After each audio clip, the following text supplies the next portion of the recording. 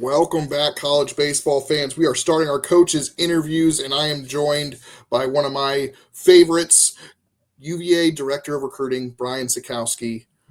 Coach, how are you doing? Doing great, man. Doing great. It's been an awesome fall. What a time of the year to live in Charlottesville, Virginia, man. Like, it's been awesome. Doing great, man. Oh yeah, it's you show up at UVA and the football team's good again, and I think we need to start giving some credit to y'all's coaching staff for bringing the vibes. No, it's been great to watch fall ball while UVA football is doing well. Um, let's talk a little bit about your journey into coaching here. 6 years at Perfect Game before you went to Duke and joined Coach Pollard's staff.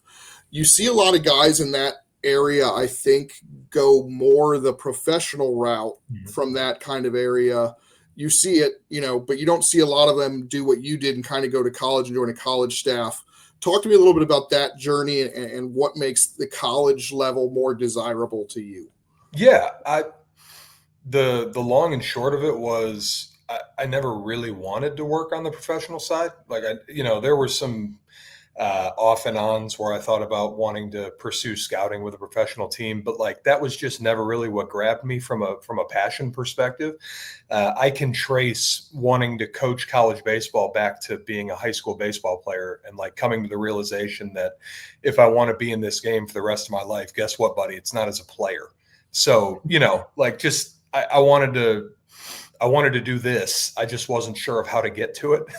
So I can actually credit a lot of this to Coach Steve Jacksa, who was the head baseball coach at Central Michigan for a long time, including when I was there. I took his coaching of baseball class, which was in fact a class. We had a final exam and everything. But anyways, one day after class, walked into his office and said, kind of, Coach, how do I become you? For lack of a better phrase. And he offered me the opportunity to start with a student manager undergrad assistant thing up there at CMU. I caught bullpens and took video and did some scouting reports and blah, blah, blah, blah. And that kind of blended into an interest in scouting. But that was kind of always the means to an end, like being here now, what I'm doing now with the staff I'm with, where I'm at. That was kind of always the goal all along. Love that. That's awesome because I figured out that I wasn't going to be a player in like Little League, but no, I love that because the college game is people ask me if I ever want to cover MLB, and I'm like, I love MLB, but it's just I still have trouble when I transition from watching college ball to MLB because the players are so good that when there's a ball hitting that like third base shortstop gap, I'm like, oh, that's a hit. Then I'm like, oh wait. These are the best shortstops in the world.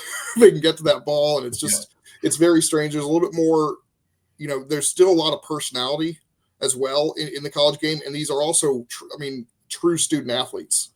No question. And that's a big piece of it, I think, for all of us is that sort of developmental desire. Like, I don't know what to say in that sense. Like, it's not that big league teams aren't developing, obviously. I'm not saying that, but just sort of that, like you're helping guide these young men through a pivotal time in their life, baseball notwithstanding. There's always some kind of piece of that, I think, for guys like us who do this, Right. And one of the things I love about your Duke teams is all those Ivy Leaguers, like, for instance, that somebody like Ben Miller, who is an incredible baseball player, who is going into the workforce, but developing young men in a way, even if they're not going on to the professional baseball era, they're going to go and succeed in life. That's got to be a really nice thing to do. Even more fun in a way than, MLB. It's all about the results of baseball. Whereas this is more about the results of what you can do with, character growth and everything like that. Absolutely. The development of the character piece is something that Coach Pollard holds dear, and it's kind of subsequently it's super important to me too. But we kind of hold fast to the belief that you'll get your best players out of the best young men. That type of mentality. And that's why I was so excited when I was real. So I don't know if I've told you this. I grew up a UVA guy. I am a diehard UVA fan. So when you guys, absolutely. When you guys were announced as the next step, I was devastated that Oak left because I grew up on Oak. But this is the perfect hire in terms of continuing that kind of tradition of picking the right people and developing guys and then being able to get that success on the diamond. I've gotten a little off track here. We were talking about your journey. So you were student manager, you went to PG. Mm-hmm. How did you come up on the coaching, like on the radar for Duke? Because it seems like it's worked great for everybody, but it just seems kind of like it seems like a diamond in a rough situation there. How were you kind of discovered there? Because obviously you're developing relationships with coaches at Perfect Game, right? Is that kind of how it happened? No question. I would point to that as maybe the single most important piece of it was the networking and developing relationships along the way. And as spending as many years at PG as I did, I was able to make something of a name for myself within the industry of scouting. I'm grateful to PG for that, of course. But along that same vein is, who cares what your name is if there's no sort of legitimacy attached to it? So it was always super important to me to be a good resource for these coaches rather than just a resource, or, Right. develop a friendship with these guys, but in part because I'm good at my job or I'm Yeah. offering something that is valuable in that sense. So, you stop short of just saying like, oh, I was a good scout, because Right. who is a good scout, man? We're all mostly wrong at the end Yeah. of the day. But no, but that's probably what I would point to as the most important piece of it.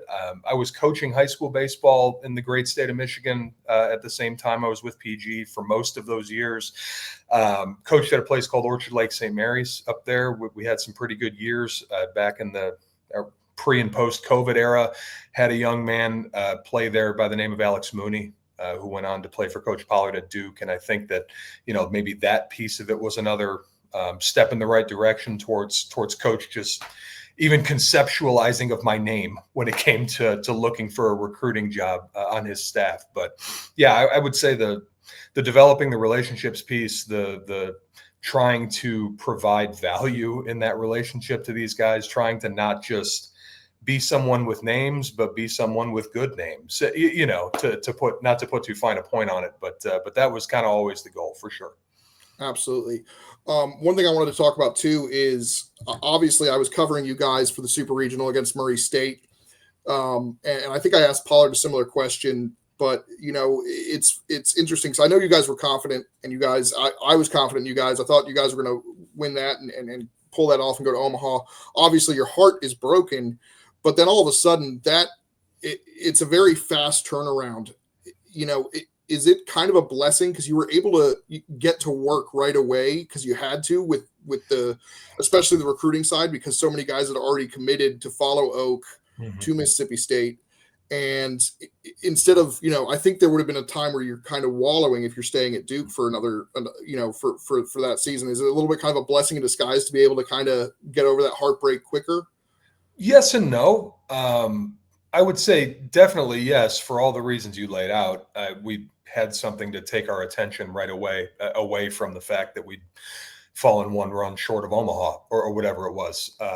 But at the same time, I hate to keep using Pollardisms, but Coach has really done a good job instilling in the guys, and I include myself in that. Like, I'm a younger member of his staff or whatever, so I feel like I learn a lot of the same lessons at the same time the players do from him. But the whole, hey man, you have the night to feel good about this or feel bad about this, and tomorrow you're the same guy you were today, and we have to go 1-0, and it's an 0-0 type of situation. And so we kind of conditioned ourselves in that sense. I'm not saying that I wouldn't have slipped into wallowing. Like, I'm not Superman, I think that, exactly. It's a real you can try, but it's hard to necessarily really commit to that. It's I totally get that. Yeah, I think it well within reason that I would have spent the next couple of weeks wallowing, but having to shift the attention so suddenly and so violently and so completely in a lot of ways was, like you said, it helped us flip the script a little bit. Absolutely. Well, I wallowed as I was getting attacked by SEC guys because ultimately we only got one ACC team to Omaha. But let's talk about your job. You are the director of recruiting. That takes up a lot of your time. Mm-hmm. But, I know you're very involved on the day-to-day, with the analytics. I know John Natoli has taken over some of that responsibility with his title change or promotion. I would assume. But what are you doing aside from the recruiting facet of the program? Honestly, Monty, right now it's predominantly recruiting. That was one of the things that we were lucky enough in the shift to Virginia. We were able to add a staff member and therefore sort of kind of reshuffle the deck in terms of responsibilities, and it allowed me to take more of a priority focus. Not that it wasn't, but more of 100% almost focus on recruiting. Now I'll have some different responsibilities once we get into the season in that, but right now it's kind of all about trying to find future Cavaliers and getting to know them and building relationships, with them, and sort of continuing to widen the network in terms of high school coaches. And now we have a whole new state to get to know everybody in our backyard, and so on and so forth. But yeah, man, it's still mostly recruiting. And if you have any numbers questions, I would point you to John Natoli. He is the analytics czar, and we would grind to a halt without him. I love that. Yeah, I only saw you once during the fall of all the times I went to UVA, and Simmons was on the road a lot too. You were so busy on the road that I only got to see you towards the end there. But it looks like it's paid off. You've done a fantastic job. You have a top 10 2026 class that I believe signing day was the other day. Yep. So congratulations on that. Thank you. Talking about recruiting strategy, high school versus portal, how are you balancing that out? And it seems like Pollard really does like to develop, like Oak did, at UVA before, and likes to develop the high school kid. But in this day and age, you also need to, go out and find those transfer guys. So how do you kind of balance that out? Yeah, no question. I think that it would be silly for me to sit here and tell you that the portal doesn't exist, or we ignore the portal, or whatever, coach speak, et cetera, et cetera. But the reality of the situation is that we firmly believe, to a man on the staff, that the way for us to build a consistent year over year Omaha contender, national championship contending type of roster is going to be predominantly through recruiting elite high school players and developing them. We think that we can supplement in the portal, and we will, and we have. There's no question about that. But at the end of the day, we want our dudes on dudes to be high school guys that we recruited and developed that way. Absolutely. And, you've got a lot of, you mentioned you get the extra coaching member. It looks like Virginia has a lot of resources that is going to help you guys do that. What was it like kind of discovering some of those, the facilities in particular? I know at Virginia, I don't think people realize how good those facilities are, especially, with Oak going to Mississippi State, which is in another stratosphere, but the UVA's got a top, 20 facility. And just talk to me a little bit about that and how much you've been enjoying, the dish. Yeah, that man, it's November, what is it, the 17th today? We've been at Virginia for something like 5 months now or whatever. It's been your home.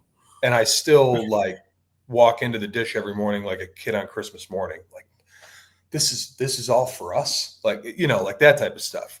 It's an unbelievable stadium. It's unbelievable in its support system from the university. It's unbelievable in its support system from the community and the alumni base and the donors and everybody in the surrounding area. We've gotten to meet so many of those people in the last several months, and what important pieces they are to the health of the program, obviously. But the facilities themselves, man, we just finished installing our lab in the pitching area. So now there is a fully tricked out state-of-the-art Maven lab in the big indoor pitching area behind our dugout over on the third base side. And that's to go with the cages behind the first base dugout inside. Again, we're talking all inside. Our state-of-the-art weight room is right there. The players' lounge, the clubhouse, everything. It's a different universe, and it's still something that I still walk around every day just with a huge smile on my face. I don't know if it's going to ever go away, where I'm like I said, man, a kid on Christmas morning sometimes in there. Yeah, it's been really cool as somebody who, as I mentioned, I went to the dish my first time, I think 2005, 2006. And just to watch the growth of it over the years is just incredible, because none of those bleachers were there. There were no no things it's just so cool. And then I know obviously with the especially after the national championship, the renovations inside, it's really cool. And one of the things I do, even when I'm down there to go interview post game, I get to go on the field to talk to whichever side I need to talk to. And I still am just like, this is so cool. I'm on the field. I fanboy a little bit, and that happens at other places too sometimes, but it's just being a UVA fan and getting to actually step on the field to do that is just, it's unbelievable. So, one thing I wanted to talk to you about was the strategy you guys had once you guys got the job. Obviously, I mentioned that, a bunch of guys had already committed elsewhere by the time the job gets taken in. How did you guys go about tackling the recruiting to get a team together at Virginia for this season immediately? And obviously, that includes the recruits that you ultimately had to, figure out who was going to be coming to Duke or who was coming to UVA. What was the strategy there? Because it had to have been a pretty hectic week right off the bat. Week. I'm just starting with week. No, it was, and Coach Pollard has said it a bunch on podcasts like this. It was 2 months of craziness, in a good way. I think we got a lot of really good stuff done in that couple of months. But the compartmentalization of it was important. It was, trying to handle 2025 and 2026 while at the same time spending the summer scouting the 2027s who, you can talk to for the first time on August 1st, while also managing the transfer portal, while also being able to sort of start to uncover a third tier of player, like the JUCO tier, which was not really available to us at Duke and now is at Virginia. So it was kind of a trillion moving parts with 6 or 7 guys who were all locked in with each other and doing a really good job. And I think that the way that we were able to work together, all of us as a staff, I think that was kind of the thing that was super important. I know this is another thing Coach Pollard has mentioned already, but he phrases it as he couldn't imagine doing the transition while having to hire a staff. Right. I look at it from the perspective of we were already so comfortable working together. We all like each other as human beings. I would call us friends even more so than we're coworkers. But that sort of built-in comfortability, that sort of built-in trust with one another, I think that was really what separated the ability to get it all done in the way that we did. But it was, you're trying to manage guys from Virginia who wanted to stay at Virginia or guys from Virginia who are in the portal, and you're trying to decide they're trying to decide if they want to come back or move on to a different place. You're handling high school recruits from 2 different staffs at 2 different universities. Then there's the portal otherwise beyond all of those guys. And so it's just kind of a constant turmoil is a good way to put it. But again, that has a negative connotation. I don't mean it to. It was a constant moving machine of grinding gears, where finally you get it all fitting together and it looks like, okay, this is a team we can roll with. Now we need to hurry up and finish 2026. Okay, we're locked in on that just in time for it to be August 1st for 2027. We got to go. It was a crazy summer, and I don't know if we'd have gotten through it if we didn't, like I said at the start, kind of have that built-in trust and familiarity and ability to work together that we had, And one thing that you didn't mention while doing all that is finding a place to live for you and your family. There's that too. Yeah. Which all of you had to do. Yeah. And how are you enjoying Charlottesville? It's very similar, I think, to Durham, but it's also one of the unique, beautiful places in the country. It is. It was unexpected in so many ways. I'd been to Charlottesville for 3 days before, and that was last spring when we at Duke came up to Charlottesville to play Virginia. Good weekend for you guys. That was the only good weekend for us, but that was the only time that I'd ever been here. And as you know, on college baseball weekend, away trips, you're pretty much in the hotel or the ballpark. You're not really. There's no time. Yeah. I mean, even I'm not even as busy as you guys are, and I don't have time to go do stuff. Exactly. So I'd known it was beautiful. I'd known it was a little more.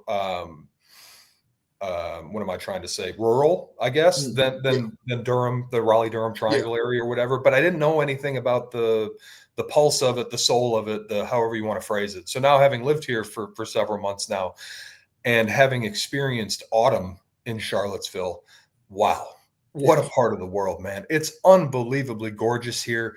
My wife and I took the Skyline Drive through the Blue Ridge a couple of weeks ago just to kind of see the colors and everything. And just like, I'm a city boy from the Midwest. I've never lived this close to mountains before. Yeah. Like my wife and I are from Detroit. We've lived in Cleveland. We've never been this close to like unadulterated, gorgeous, just landscape before. So that part is another thing where I walk out my door in the morning on my way to work, and it's just like, man, those are mountains. Just getting used to that. But wow, it's unbelievably beautiful. And like you said, there's a lot of similarities to Durham in terms of like the community aspect of it and Food scene.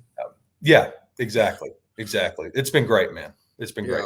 Yeah, I love being able to go out there. I mean, one of the things I love about Richmond too is I'm in a city, and Richmond's obviously bigger than Charlottesville, but within 30 minutes I can be in a rural area pretty quickly. I mean, that's kind of the nice thing about a lot of Virginia, to be honest, and North Carolina to extent as well. But yeah, I love Charlottesville in the fall. It's great. That's why I miss having that football team being so good, because there were so many. It's such good tailgate weather, which you've gotten to do a lot of the football games. It's been a great recruiting tool for you. I know the Florida State game in particular was able to provide some memories for that, and it's just so cool. I mean, it's got to be helpful to have because you're going to a lot of things. What are some other kind of weird recruiting tools, like maybe not weird, but like creative recruiting tools that can help kind of showcase the program in the school? Yeah, so we want to make every recruiting visit as individualized as possible. That is sometimes difficult given the time frame and all of the things like the non-negotiables that you have to get done. Different meetings and showing them different stuff and so on and so forth. There's only a little bit amount of time where you can individualize a visit in reality for most guys.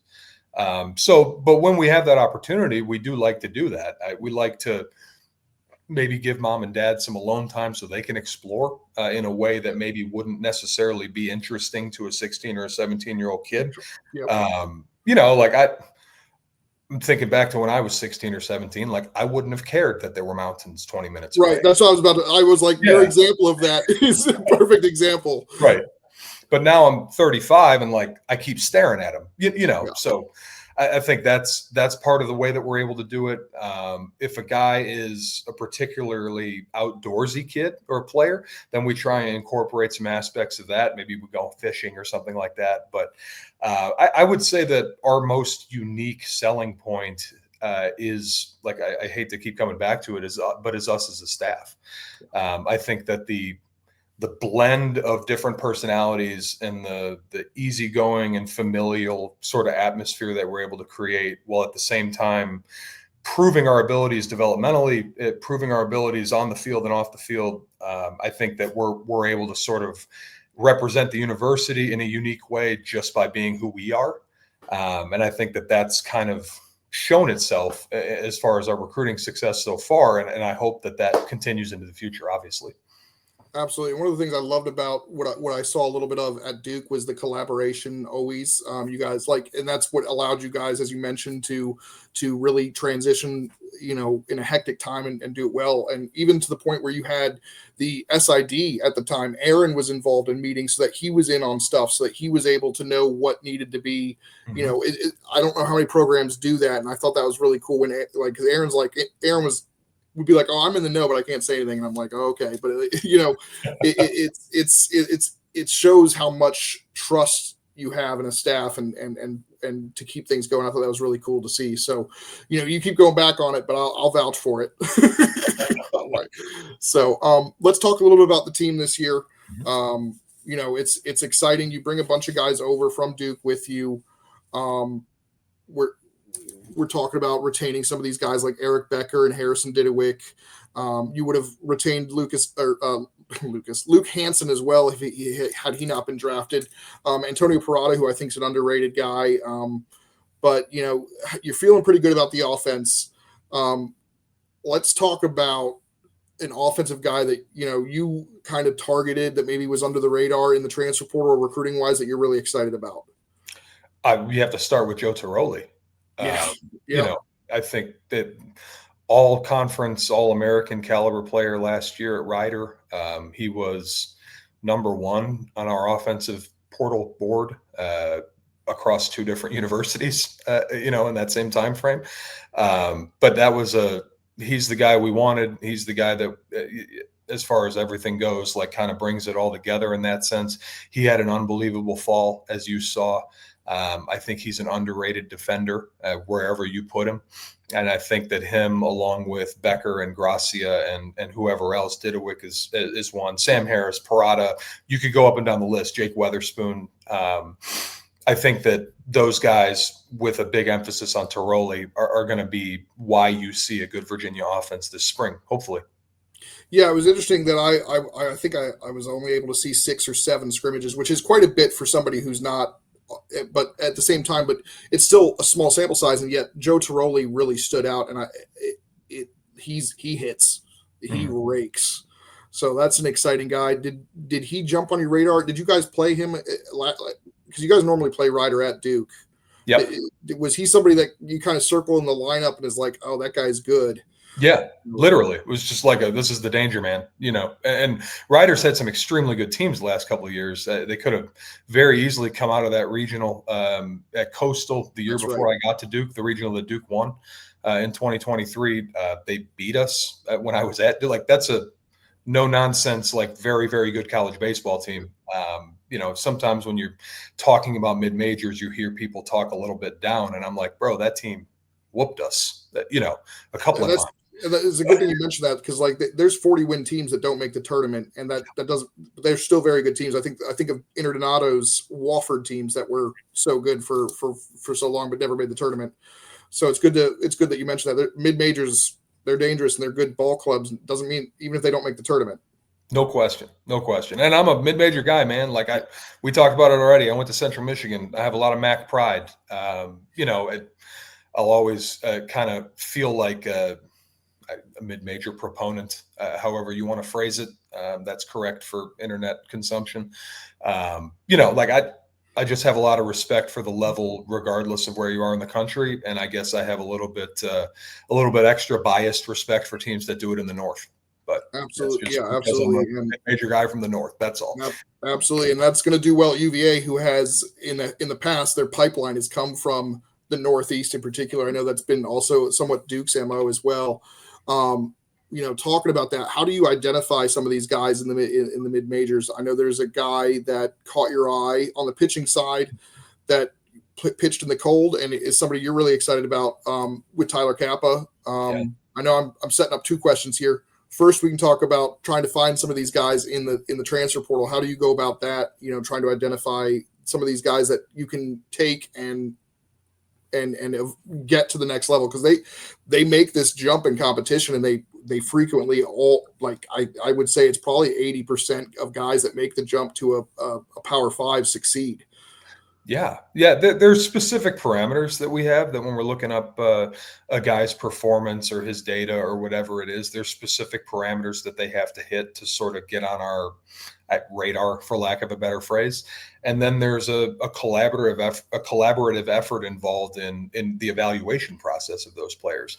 You're not really going to watch them play in person at this point. Like, there's some of that in summer collegiate baseball, but not a ton. Right. So most of the time your evaluations are going off of what they've done, kind of what their data says or what their performance, whatever track record says. So we get kind of collaborative about it. But like I said, man, I think we do a really good job of sort of establishing those baselines of certain numbers that are more important to us than others, and what those guys really need to be at in terms for us to be able to really project them to have an impact at our level. There's some predictive modeling that goes with that, but at the same time, it's really sort of a kind of trusting our process, which is forever sort of studied and reevaluated and evolving, but falling back on our process, falling back on what we know works, and moving from there with those guys. Absolutely. Now, talking about Tyler Kappa, I'll throw in another guy, Lucas Hartman. You've got a guy in Kappa who's got some stuff. Yeah. I mean, that some elite level stuff. The numbers aren't necessarily like mind-blowing. I think they're actually a little bit less mind-blowing, but the stuff is there. I saw it in the fall. It's unbelievable. Then you got somebody who like Lucas Hartman, who maybe the stuff doesn't look as flashy, but he gets outs. I described him, his aura is next level with that mustache. And I think he loved this. I think he gives divorced dad energy. I think that Tyler Brain, the SID at UVA, also, I think he may have coined that, but I mean, those are two guys that are very different profiles, and yet they have a chance to be very important parts of the staff. Yeah, I fully anticipate them both being super important parts of the staff, to get that out of the way right away. But with Kappa, it was he led the MAC in strikeouts last year at Eastern Michigan.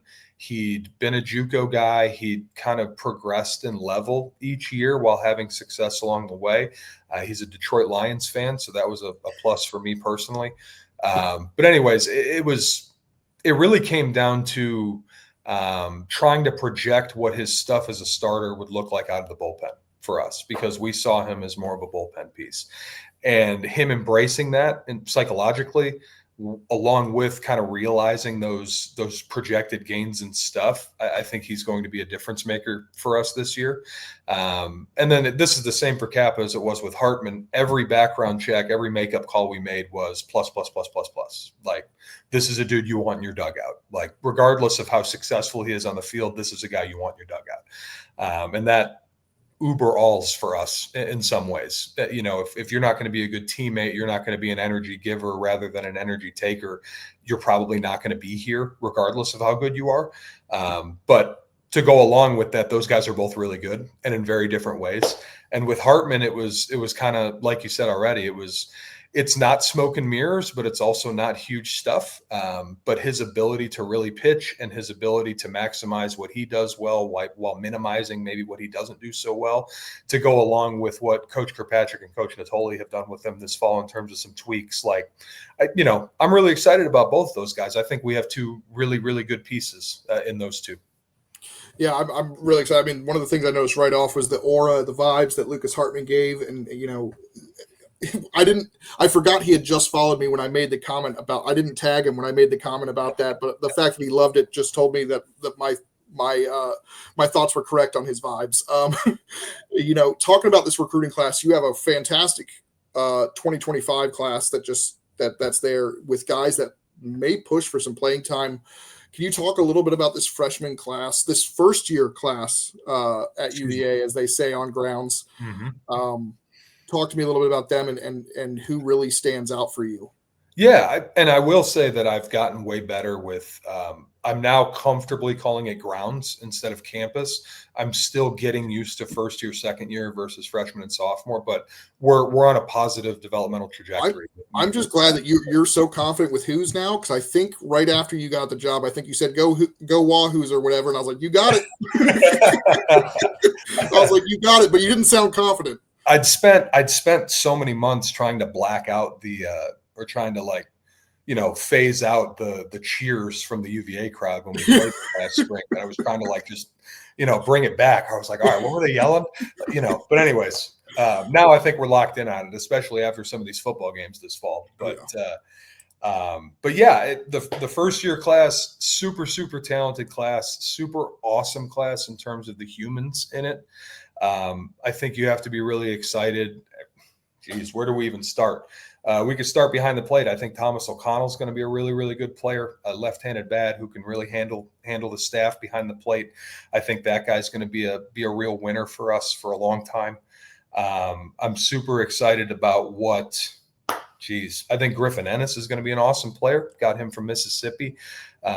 He was a kid who was committed to us at Duke and then followed us over. But really excited about the things he's going to do. I feel like I'm unfairly potentially leaving some guys out when I don't want to. I'd like to talk about the entirety of the group. Christian Lucarelli's been awesome on the mound. Really excited to see what John Payon and Noah Yoder are going to end up being. I'm really excited about what RJ Holmes is turning into, especially as a defender. I think that Will Mahala and Bryce Neely are both going to be really big pieces for us. Jaden Stroman is an alien. in terms of his abilities. We go back and forth. And again, like I just named 10 guys. I feel like I probably missed a couple and I feel badly about that. But it's just it's a super, super talented class that we have really, really enjoyed not only working with, but like being around as human beings. And I'm still in a little bit of the afterglow. We just got back from our team camping trip, which was amazing. I'm not really one for sleeping on the ground and the outside. As I've said repeatedly, I'm a city boy, but once a year to do that with the camaraderie that comes together, and it's just the coaches and the team sitting around the campfire. There's no lights, there's no phones, like just that sort of stuff really fills me up from a personal perspective. And so I'm feeling really good about these guys. I'm feeling really good about this club that we got. And I'm not even talking about baseball, Monty. I'm just talking about them as human beings. And that's the part that's going to end up being most important at the end of the day anyways. Absolutely. It's great to hear you talk about that. I've taken up enough of your time. This has been a great conversation. I mean, we always talk. I love talking to you. Your knowledge of the game and what you can see and what you've done over the last now 3 years in coaching has been great. Excited to see where that continues. But you have anything else you want to share before I let the audience go? Go Wahoos. It's going to be an awesome spring. We can't wait to see everybody at Dishroom Park, and that's enough sales pitch for me. But I appreciate you, Monty, as always, man. Thank you. Absolutely. All right. We'll be back. This is actually airing right before Thanksgiving, so happy Thanksgiving to everyone out there. We'll be back next week with another coach's interview. I'm not sure who we've got yet, but until then, go Hoos.